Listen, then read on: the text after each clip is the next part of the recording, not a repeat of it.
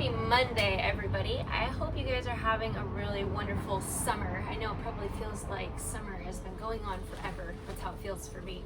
I am going to teach you guys how to foam roll the low back, because first of all, I'm going to tell you stop foam rolling the low back, and here's the reason why.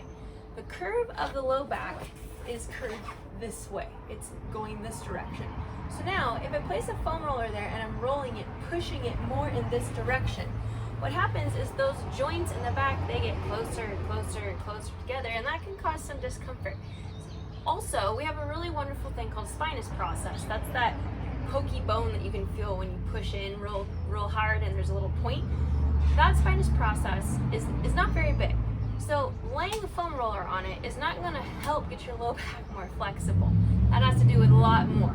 So what I want to show you guys is what you can do with the foam roller on your low back if you decide that this is something that's really bothering you.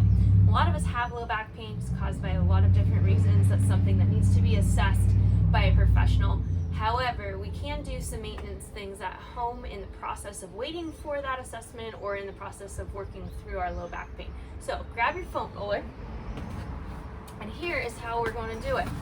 You can imagine the spine running straight down the middle of your back, and just to the left and right of the spine you have a few sets of muscles. Then you also have the sides of your body, which is another set of muscles coming forward into your abdomen. All of those muscles are somehow in some way connected to how the spine works, how it supports you, how it moves, how it doesn't move. So we're going to work those muscles that are supporting the spine. We're not supporting the spine. So how I'm going to have you do this is we're going to get up tight close to the foam roller, keep the knees bent. I'm going to have you lean onto one butt cheek ever so slightly, and then you're going to lay back and put an arm down. Okay? So now what I'm doing is I'm about 45 degrees off center of my spine, and it's already a little tender. So you can stay here and just breathe through it. So inhale, big belly breath, exhale, deflate, inhale, big belly breath, exhale, deflate, and just hang out here. You can rock very slightly, like a little jiggle, back and forth on that tissue, or you can pop up your hips just a little bit and you can roll ever so slightly back and forth. Remember, the gap between your pelvis and the lowest rib is not very big, maybe 3 or 4 inches, so you don't have to roll very far. Now we're going to do that on both sides, so do it until you feel some relaxation happen. Now we're going to work our way more to the side. So I'm going to roll to about maybe 60 degrees or 65 degrees. And I'm going to do the same thing. I'm either going to rock back and forth. I'm going to stay here and I'm going to breathe. You can lay this leg down. I'm just going to breathe. Inhale, big belly. Exhale, deflate. Inhale, big belly. Exhale, deflate. Or I'm just going to jiggle.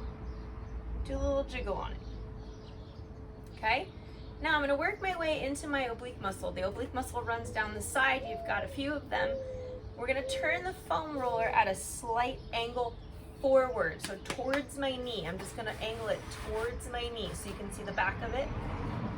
And I'm going to make sure I'm not on my rib cage. So I'm going to come onto my oblique muscle. Same thing. Can rock here. Move over the top of it.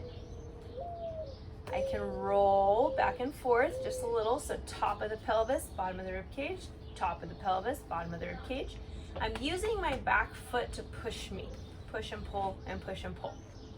Or I can just stay here and breathe. Inhale, expand, exhale, deflate. Inhale, expand, exhale, deflate. When we have a chance to work all the muscles that are holding the spine up and supporting us, what we're doing is we're just changing the signal to the body, giving us that momentary lapse of a decrease in pain with the hopes that we can move better, more fluidly, and that movement, that new fluid movement will be the thing that educates our brain into how we move more properly so that we're not affecting the joints so poorly. So give this a try. Remember, 45 degrees, and then work our way out of the spine into the oblique muscle, turning the foam roller just a little bit. Let me know how your back feels after you do both sides consistently for a few weeks, and I hope this offers you guys some low back pain relief while you're at home. If you don't own a foam roller, like I said last month, you definitely need to own one as part of your movement arsenal. We will continue to be using our foam roller periodically throughout these Monday movement videos. So happy Monday. I will see you guys next week.